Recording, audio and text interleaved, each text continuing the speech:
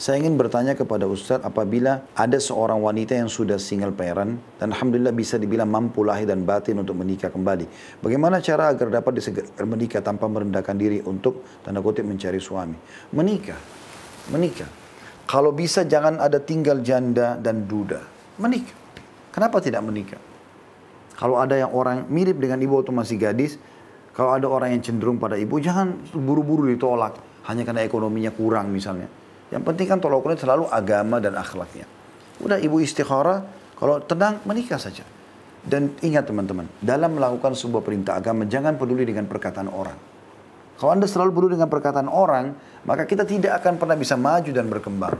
Bahkan kita akan meninggalkan banyak perintah agama, termasuk dalam masalah pernikahan ini. Mungkin Anda gagal di pernikahan pertama, mungkin yang kedua gagal, yang ketiga belum tentu gagal.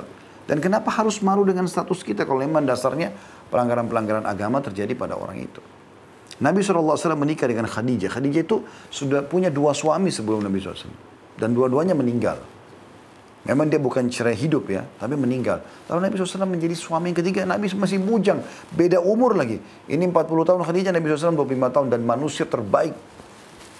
Anak cucu Adam, luar biasa. Berarti menandakan bagaimana akhlaknya dan kebaikannya Khadijah. Dan hubungannya kepada Allah SWT sangat baik. Sampai Allah hadiahkan dia suami yang begini. Gitu kan. Allahu a'lam.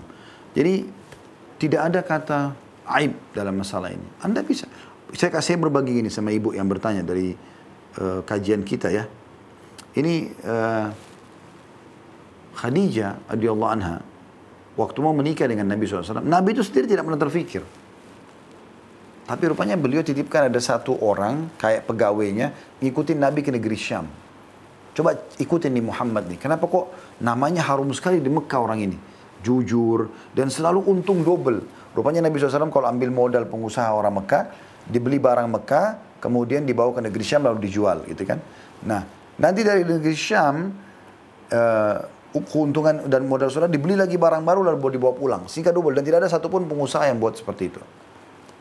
Nah, ternyata selama perjalanan, pegawainya Khadijah ini unik gitu, memperhatikan Nabi SAW. Ada beberapa kejadian unik terjadi. Seperti waktu jalan dinaungi oleh awan gitu kan. Pohon kurma yang dimampiri itu kayak menundukkan daunnya dan segala macam. Banyak hal. Dan ini juga termasuk keuntungan yang sampai double gitu kan. Yang terjadi Khadijah tiba-tiba tertarik untuk menjadikan dia sebagai suami. Karena selama ini banyak yang melamar, Khadijah tidak pernah menerimanya gitu. Karena dia terkenal walaupun sudah 40 tahun masih cantik. Orang kaya gitu kan. Orangnya betul-betul mengurus suami sampai suaminya dua-duanya meninggal. Bukan cerai hidup. Maka apa yang terjadi? Khadijah pun berbicara dengan kepada seorang temannya. Nah, ini yang terjadi. Seorang teman dekatnya lalu membahasakan ya, tentang bagaimana pendapatmu tentang Muhammad gini-gini. Temannya tangkap, oh kamu tertarik sama dia.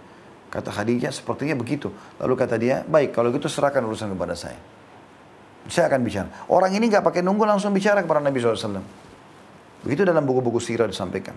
Dia mengatakan, hai Muhammad, kenapa kau belum menikah? Dia bilang, kata Nabi SAW, saya masih dalam tahap sekarang membangun ekonomi dan segala macam. Dan siapa juga yang mau sama saya sekarang? Kata orang itu, bagaimana pendapatmu dengan seorang wanita yang punya kecantikan, punya nama baik, punya harta? Dan orangnya baik gitu loh. Berkumpul semua ini. Kata Nabi SAW, siapa yang kau maksudkan? Dia bilang Khadijah. Lalu kata Nabi SAW, bagaimana Khadijah mau sama saya? Maksudnya orang kedudukannya begitu tingginya, kaya raya, cantik, walaupun dia janda, gitu kan? Dan punya nama harum lah, tokoh masyarakat. Terus mau nikah sama orang yang tadinya kerjanya pengembala kambing. Waktu itu Nabi SAW belum jadi Nabi kan gitu. Belum seperti kedudukannya pada saat umur 40 tahun alaihissalatu wassalam.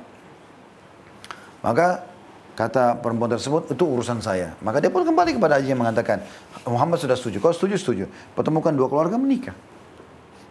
Caranya tidak ada pelanggaran agama kan di situ. Yang penting teman-teman jangan sampai membuka pintu-pintu pelanggaran agama. Itu saja.